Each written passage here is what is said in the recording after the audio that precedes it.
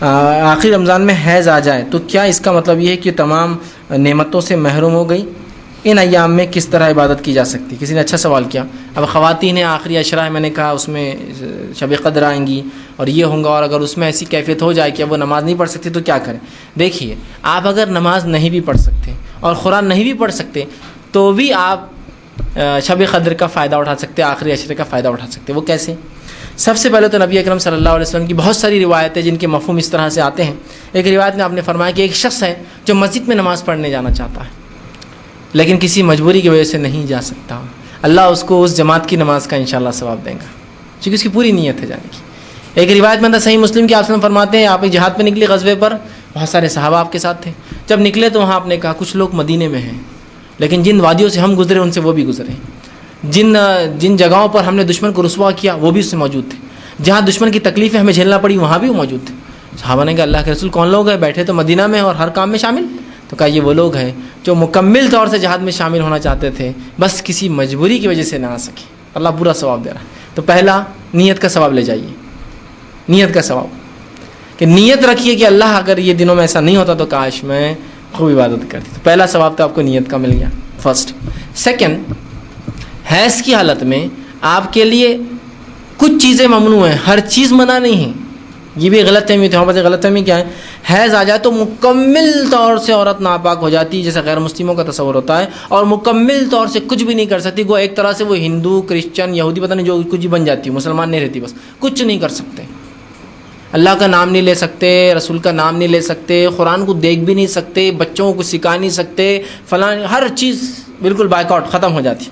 اور پورے اتنے دن وہ اللہ کے ذکر و اذکار سے دور رہتی ہے، اور پھر مصیبتیں پریشانی. ایک تو اولی اس ایام کی وجہ سے آپ فرماتے ہیں عورت ایمان میں کمزور ہوتی ہے اس وجہ سے کہ وہ مہینے کے کچھ دن جو ناپاک ہوتی ہے، تو ویسے ہی آپ ذکر و اذکار سے دور رہنے سے ناپاک، بالخصوص قرآن کی تلاوت اور نماز نہیں پڑھنے سے ہوتی ہے. اور اس پر یہ سوچ جو غلط آ گئی کہ کچھ نہیں کر سکتی، مکمل طور سے آپ کا ایمان زیرو پہ چلا جاتا ہے.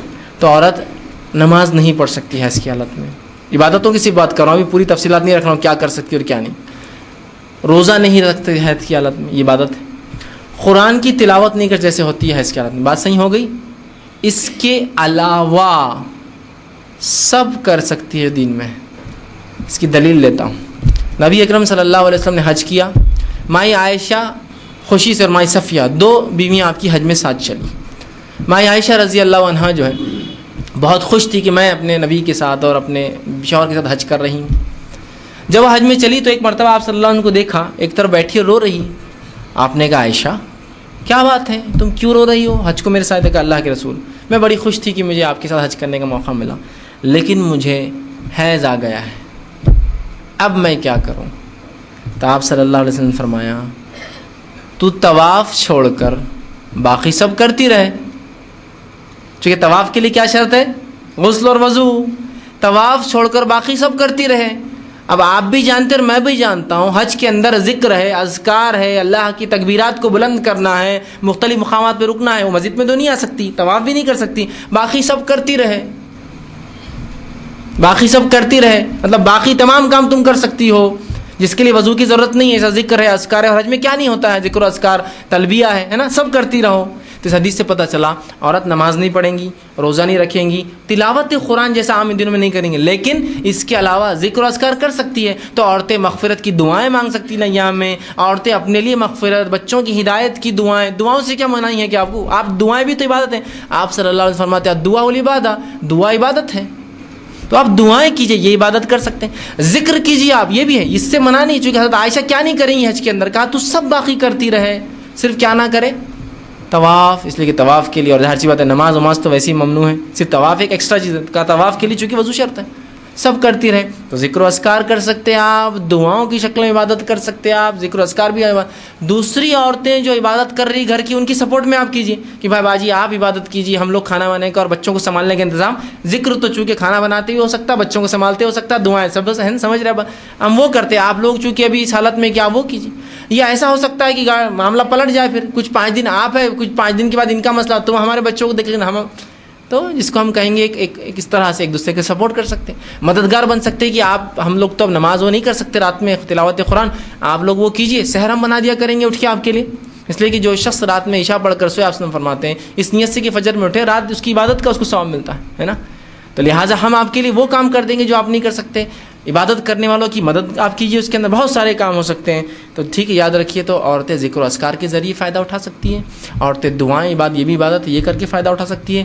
دوسرے عبادت کرنے والوں کو سہولت دے کے ان کی عبادت کا ثواب بھی حاصل کر سکتے ہیں نا، چونکہ آپ ان کو سہولت دے رہے ہیں، ان کے لیے آسانیاں پیدا کر رہے ہیں. تو بہرحال یہ تمام کام عورت کر سکتی ہے، اس سے کوئی ممانعت اس کے لیے نہیں ہے. اور ایسی کتابیں وہ پڑھ سکتے ہیں جن کتابوں میں جو کتابیں دین کا علم جس میں ہوتا ہے، لیکن اس کے اندر جو ہے سیدھا وہ قرآن نہیں ہوتی وہ کتاب ایسی، حالانکہ اس کے اندر حدیثیں گزریں گی اور حالانکہ اس کے اندر قرآن کی آیتیں بھی گزر سکتی ہے، اس سے کوئی فرق نہیں پڑتا. ایسی کتابیں جس میں دینی علم ہو آپ اس حالت میں بھی پڑھ سکتے ہیں اس کے ایام میں، حالانکہ اس میں قرآن آیتیں بھی گزریں گی اور حدیثیں بھی گزریں، اس سے کوئی فرق نہیں پڑتا. اس لیے کہ آپ تلاوت قرآن کے لیے نہیں پڑھ رہے، علم حاصل کرنے کے لیے وہ آیتیں پڑھ رہے ہیں. سمجھ رہے ہیں آپ؟ یہ فرق ہے. تلاوت کی عبادت ہے الگ، وہ نہیں ہو سکتی حیض میں. لیکن جیسا کہ مثال کے طور پر کہ وہ عورت حیض کی حالت میں ہے اور کوئی اس کا بیٹا غلط کام کر رہا، تو کیا وہ یہ نہیں بول سکتی کہ وہ غلط کام کے لیے لا تقربوا الزنا، قرآن میں اللہ نے کہا زنا قریب مت جاؤ، قرآن کی آیت کیسے پڑھیں گے؟ ایسا تھوڑی ہو سکتا. بالکل بول سکتی ہو، ہے نا. تو یہ ذکر میں ہوا کیا؟ یاد دہانی میں ہوا، ریممبرنس میں ہوا، علم کے لیے ہو، تو یہ بالکل کر سکتی ہو. ہاں تلاوت کی شکل میں نہیں بیٹھیں گی لا تقربوا الزنا اس طرح سے، وہ نہیں کہ اس لیے کہ وہاں غلط ہو جائیں گا. ٹھیک سمجھ رہے آپ بات کو؟ تو وہ کر سکتی ہو. علم حاصل کرنے کے لیے کتابیں پڑھ سکتی جس میں آیتیں بھی گزر سکتی ہے، مقصد تلاوت قرآن نہیں، مقصد علم حاصل کرنا. حدیثیں بھی گزر سکتی ہیں، انشاءاللہ یہ مسئلہ نہیں ہے. لیکن کوئی شخص مرد میں جو باتیں کہہ رہا ہوں اس کو اپنی کیفیت پہ استدلال نہ کرے کہ ہم بھی اگر ناپاکی کی حالت میں ہو تو کرنا ہی. عورتوں کی ناپاکی چونکہ طویل ہوتی ہے اس وجہ سے اجازت ہے، میرے اور آپ کے لیے نہیں ہے، مردوں کے لیے. اس لیے کہ مرد اگر ناپاک ہے تو اس کو غسل لینا پڑے گا. ٹھیک، اس کے لیے پانی ہے اور وہ اس میں وہ آپ حدیثیں اور قرآن وہ مت پڑھی، اس لیے کہ مرد کی ناپاکی بہت ٹیمپرری اور بہت کم وقت کے لیے ہوتی ہے، تو اس کے لیے نہیں، یہ عورتوں کے لیے میں کہہ رہا ہوں، اس لیے مسئلہ ہے. ٹھیک، تو لہٰذا آپ یہ تمام کام کر سکتی ہے، کتابوں کا پڑھنا دینی، دعاؤں کی شکل میں عبادت کرنا، ذکر و اذکار کرنا، دیگر لوگ جو عبادت کر رہے ہیں ان کی مدد کرنا. تو آپ کی یہ ایام میں بھی آپ فل فائدہ اٹھا